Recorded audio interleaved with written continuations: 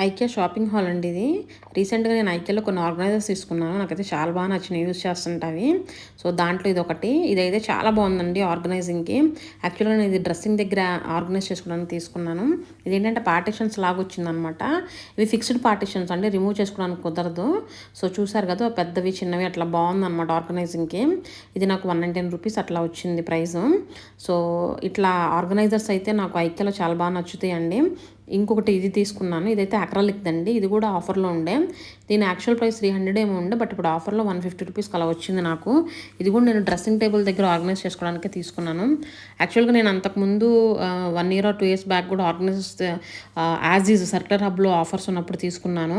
అవి యూజ్ చేసి నాకు చాలా బాగా నచ్చినాయి. అందుకనే రీసెంట్గా వెళ్ళినప్పుడు సో ఇవి చూసి తీసుకున్నాను అనమాట.